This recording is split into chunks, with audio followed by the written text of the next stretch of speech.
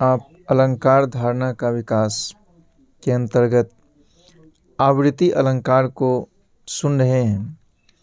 आचार्य दंडी ने आवृत्ति को स्वतंत्र अलंकार के रूप में मान्यता दी है। यह उनकी नवीन उद्भावना है। भरत तथा भामह ने आवृत्ति अलंकार का उल्लेख नहीं किया है। दंडी की आवृत्ति परिभाषा पर विचार करने से स्पष्ट हो जाता है कि वह स्वतंत्र अलंकार नहीं है, दीपक का ही एक भेद है। इसमें दीपक की ही आवृत्ति पर विचार किया गया है। दोनों में थोड़ा सा भेद यह है कि दीपक में वाक्यांतर में भेद का उपादान नहीं होने पर दूसरे वाक्य में प्रयुक्त पद का उसके साथ अन्वय हो जाता है, पर आवृत्ति में एक वाक्य में प्रयुक्त पद का या उसके समानार्थक पद का दूसरे वाक्य में पुनः उपादान होता है। अतः इसे आवृत्ति दीपक नामक दीपक भेद मानना ही उचित होगा। दीपक का सद्भाव रहने पर अर्थ, पद तथा उभय अर्थ और पद की आवृत्ति के आधार पर आवृत्ति के 3 प्रकार माने गए हैं। भामह ने शब्दालंकार यमक में अर्थ भेद से समान शब्द की आवृत्ति पर बल दिया था। दंडी के प्रस्तुत अर्थालंकार में शब्द भेद से अथवा समान शब्द से अर्थ की आवृत्ति वांछनीय मानी गई है। संभव है कि उक्त शब्दालंकार की शब्दावृत्ति धारणा के आधार पर प्रस्तुत अर्थालंकार में अर्थावृत्ति की धारणा व्यक्त की गई है। अगला अलंकार है आक्षेप। दंडी की सामान्य आक्षेप धारणा भामह की धारणा से अभिन्न है, किंतु काव्यदर्श में उसके अनेक भेदों की कल्पना कर ली गई है। उनके उद्गम स्रोत का अन्वेषण अपेक्षित है। दंडी की मान्यता है कि आक्षेप्य या प्रतिषिद्ध वस्तु की अनंतता के कारण आक्षेप के असंख्य भेद हो सकते हैं। उन्होंने कुछ प्रमुख भेदों का सुदाहरण विवेचन किया है। वे भेद हैं अतीताक्षेप या वृताक्षेप, वर्तमानाक्षेप, भविष्यदाक्षेप। ये 3 प्रकार काल विभाग के अनुसार धर्माक्षेप, धर्म्याक्षेप, कारणाक्षेप, कार्याक्षेप, अनुज्ञाक्षेप, प्रभुत्वाक्षेप, अनादराक्षेप, आशीर्वचनाक्षेप, परुषाक्षेप, सचिव्याक्षेप, यत्नाक्षेप, परवशाक्षेप, उपायाक्षेप, रोषाक्षेप, मूर्छाक्षेप, अनुक्रोशाक्षेप, सृष्टाक्षेप, अनुस्याक्षेप, संस्याक्षेप, अर्थांतराक्षेप तथा हेत्वाक्षेप। भामह ने विषय के वक्षमान तथा उक्त होने के आधार पर आक्षेप के 2 भेदों का ही उल्लेख किया है।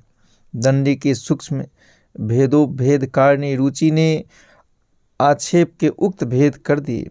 वस्तुतः उक्त सभी प्रकारों तथा अन्य संभावित प्रकारों की कल्पना के लिए पर्याप्त अवकाश भामह के व्यापक आक्षेप लक्षण में ही था। दंडी के श्लिष्ट संशय तथा अर्थांतर आक्षेप भेद क्रमशः भामह के श्लिष्ट संदेह तथा अर्थांतरन्यास अलंकारों से अनुप्राणित है।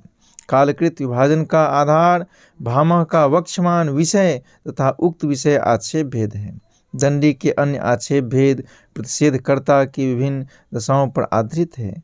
रोष, परुष, अनुक्रोश आदि का मानसिक दशा से तथा यत्न, मूर्छा, उपाय आदि का शारीरिक एवं मानसिक दोनों दशाओं से संबंध है। धर्मी, कार्य कारण आदि आक्षेप भेदों का आधार उन पदार्थों का प्रतिषेध है। स्पष्ट है कि आक्षेप्य विषय की विविधता, वक्ता की मनोदशा, काल विभाग तथा उक्ति में अन्य अलंकार तत्वों के योग के आधार पर दंडी ने भामह की मूल आक्षेप धारणा के उक्त भेदों की कल्पना कर ली है। अगला अलंकार है अर्थांतरन्यास। भामह की ही तरह दंडी भी प्रस्तुत वाक्यार्थ का अप्रस्तुत वाक्यार्थ से समर्थन अर्थांतरन्यास का लक्षण मानते हैं। भामह ने प्रस्तुत अलंकार की केवल सामान्य परिभाषा दी है, किंतु दंडी ने उसके 8 विशेष भेदों का भी सोदाहरण उल्लेख किया है। वे भेद निम्नलिखित हैं: विश्वव्यापी, विशेषस्थ, श्लेषाविध, विरोधवान, अयुक्तकारी, युक्तात्मा, युक्तायुक्त तथा विपर्यय। इनके उदाहरणों में विशेष कथन का सामान्य से समर्थन दिखाया गया है।